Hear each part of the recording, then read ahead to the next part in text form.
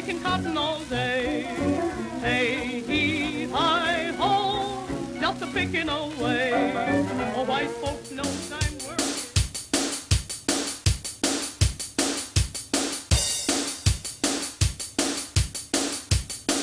Revolution.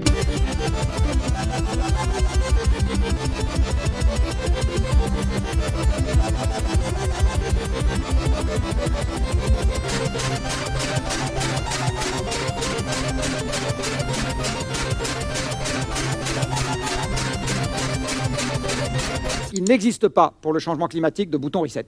Ça n'a pas plus de sens de penser qu'on peut appuyer sur le bouton reset pour le changement climatique que de penser que le jour où vous vous jetez déprimé du haut de la tour Eiffel, arrivé à 50 mètres du sol, vous dites « Merde, j'aurais pas dû. Reset ». Donc on est en train de faire une expérience grandeur nature pour la première fois. Si à un moment le résultat de l'expérience commence à nous déplaire, la seule garantie que vous avez à ce moment-là, c'est que ça sera pire derrière.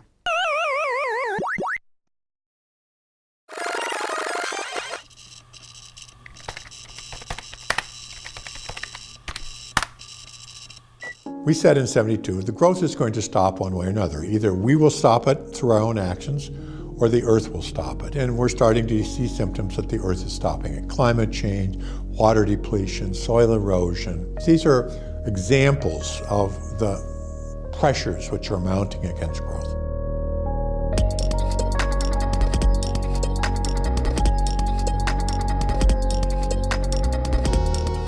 Meadows était un scientifique du MIT qui a travaillé dans une équipe qui faisait de la dynamique des systèmes.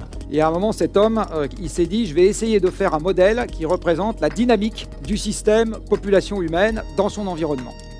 Meadows construit un modèle, alors pour les matheux, c'est un système dynamique non linéaire, au niveau mondial, pour les décennies qui termineront le XXe siècle et pour la totalité du XXIe siècle.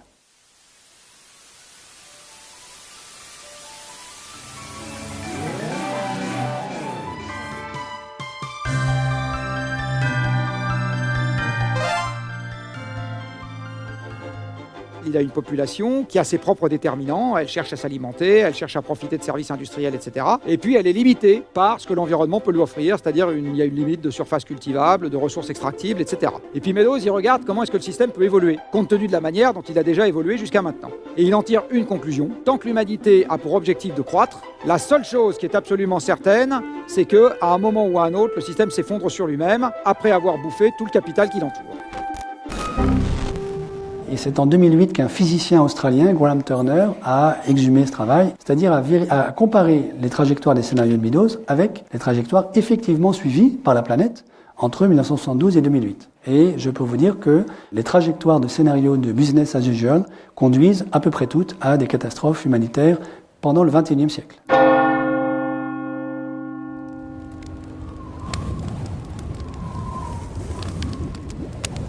Ces simulations-là sont faites sans tenir compte du dérèglement climatique, puisqu'en 1972, l'équipe Meadows n'a pas du tout l'information dont dispose le GIEC aujourd'hui. Si les hommes cherchent la croissance, ou même la cherchent trop longtemps, eh bien à ce moment, le système finit par s'effondrer sur lui-même. Donc je vais vous le dire d'une autre manière, c'est organiser une récession massive. Peut-être qu'il faut le faire, mais c'est bien de ça dont on parle. Le problème, c'est qu'on est dans un débat totalement idéologique. Je veux bien que si jamais on les débatte qu'avec les hommes et les femmes qui ont une vision idéologique des choses. En marge d'un forum international, le président russe a annoncé qu'il comptait accélérer l'exploitation de ses ressources naturelles. Il a aussi relativisé l'impact de l'homme sur le réchauffement climatique. Mais la solution est certaine. Et donc, finalement, les consommateurs n'attendent pas de faire face à la civilisation occidentale qu'on connaît aujourd'hui.